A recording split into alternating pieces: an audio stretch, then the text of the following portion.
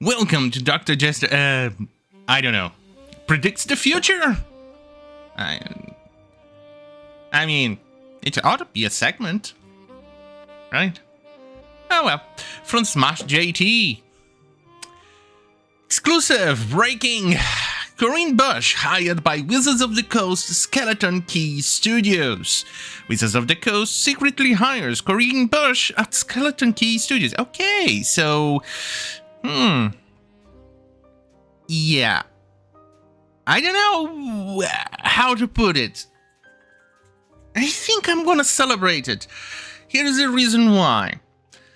WOTC has gone absolutely fucking woke lately. I mean, miserably woke.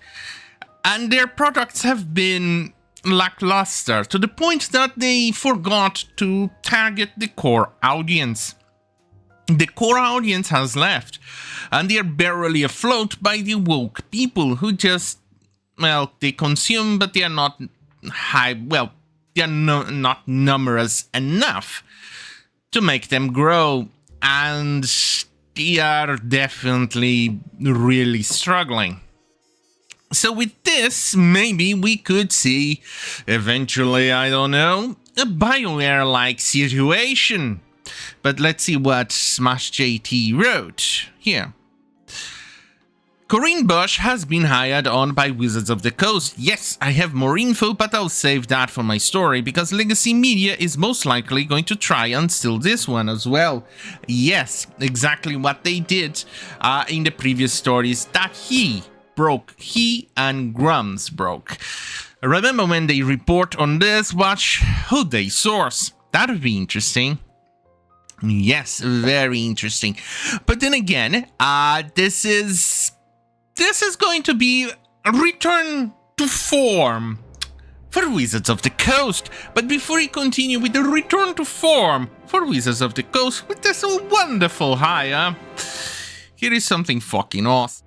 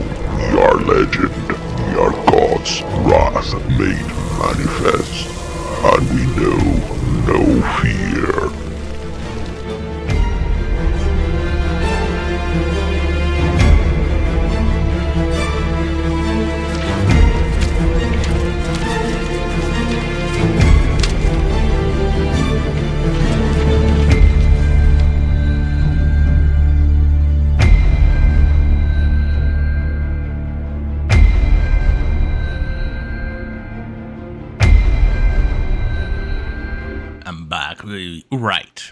I was going to say baby, but then... Right. So, return to form for Wizards of the Coast. Yeah, it's definitely the return to form. As Forbes puts it, Dragon Age Veilguard performed half as... Oh, shit. Wrong article. Wait, there you go. Return to form, FPS review. Dragon Age Veilguard marks a return to form for Bioware. Yeah, that's definitely going to work out perfectly well, because it's definitely the return to form for WOTC. And Dragon Age Veilguard review, return to form, GameSpot. Yeah, that's definitely going to, well, be a wonderful hire for Wizards of the Coast, because here we have return to form from Upthrust. Dragon Age the Vilgard revealed a return to form for Bioware. So it's definitely going to be a return to form. Yeah, it's definitely going to be a return to form. I can't wait, because then we're gonna get the Forbes article. Dragon Age the Vilgard performed half as well as expected, says EA.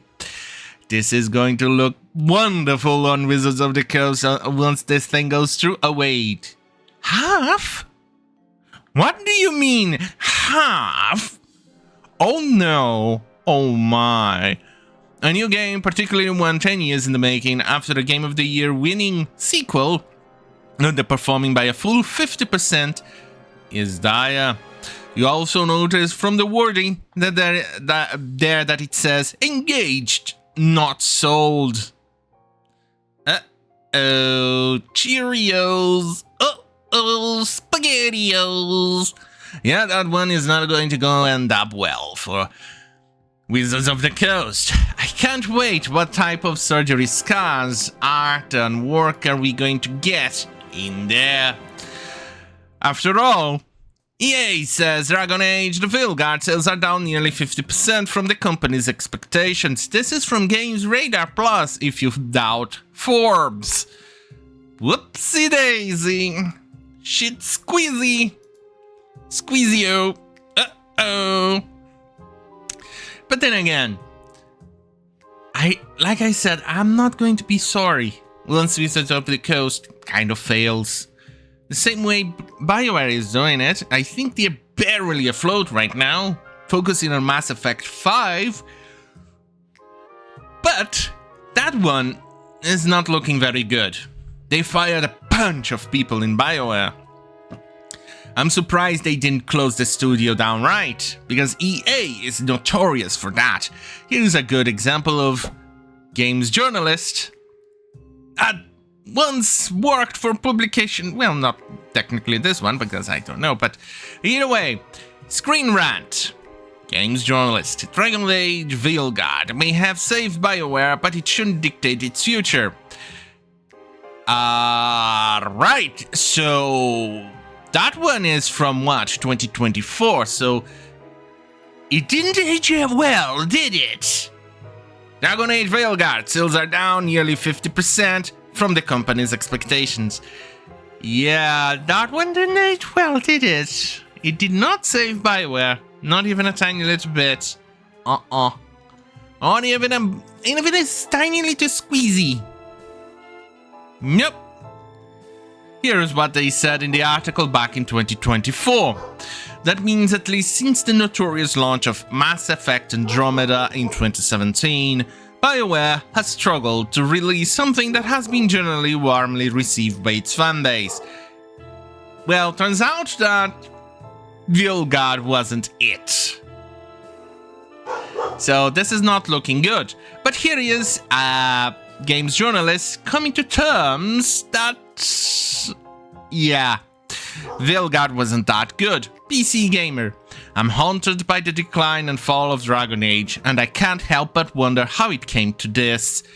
Isn't this like people who, well, generally said a return to form, praised Vilgard, and did all of that nonsense to end up, well, 50% down? Right? Yeah, well, in that case, definitely going to enjoy seeing that goddamn fucking woke studio or woke content creators, Wizards of the Coast go down under. I wonder what Hasbro is going to do with this. It's definitely going to be one of those, isn't it? Oh, boy. Well, in that case, cheery bye.